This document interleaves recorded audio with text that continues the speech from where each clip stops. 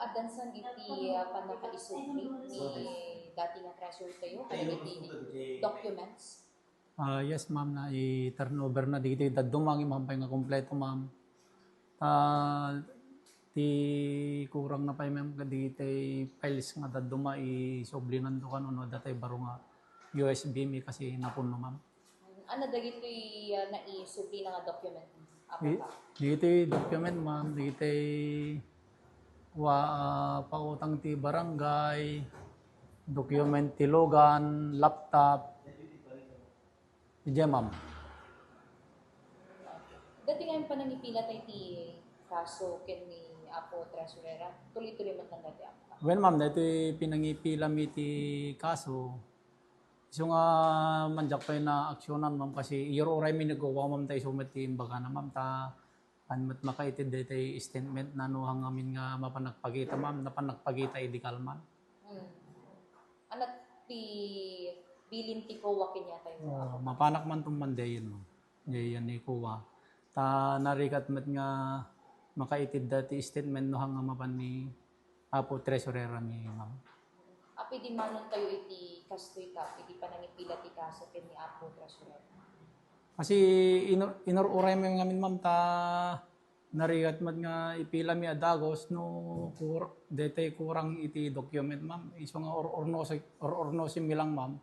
Kahit ko kumaasigod, idin kurang kam lang di ko apay, ma'am, kasi awan iti promissory note na nga hindi muna may mulang naaramid, ma'am. Dito inaramid na kap nga may pagarop nga panakaibulsa iti pondo iti barangay tayo. Idi naramid na dito sanan nga nag-resign or anyaman nagikat dumangin sige na ka. Han, ma'am, ta uray mi di resignation na. Di mo ito may agpakpagita, ma'am, dito yung barangay minupaya bang mi di.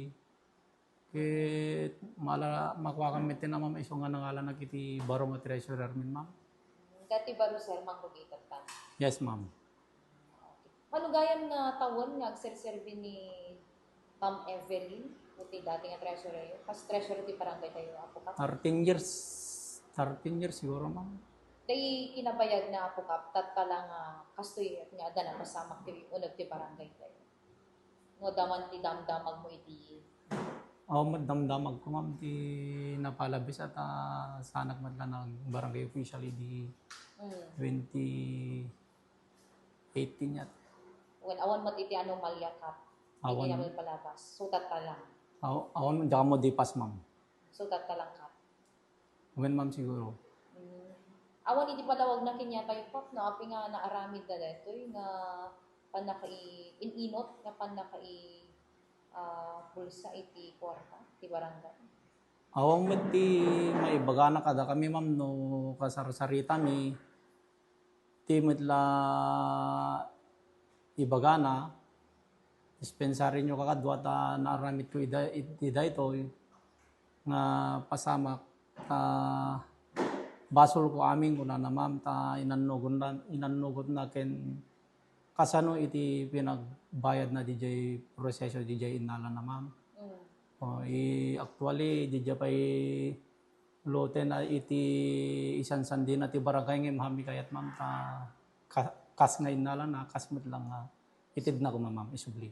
256,000 Apo Kap? Yes, ma'am. So kasal pa nagbayad na kano Kap? Dedi muna actually, ma'am, end of 2025 po na namin, ma'am.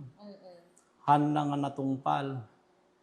Napang kami ulit jabalay na, ma'am, all barangay official. Ta mapamikasarita no ape nga di nagbayad, ma'am. Nagaramit ti promissory note na, ma'am, nga pinirmahan mi dito kadwak nga council nga mga rugi dito January, ma'am, mga diti 50 ang ganat January 31. Ay iso nga rin tayo pinalop ka tatay, ma'am, wengkap ko na ng bareng, ma'am, ngayong talaga nga ipilaan mi ti kaso, ma'am, nagbasol.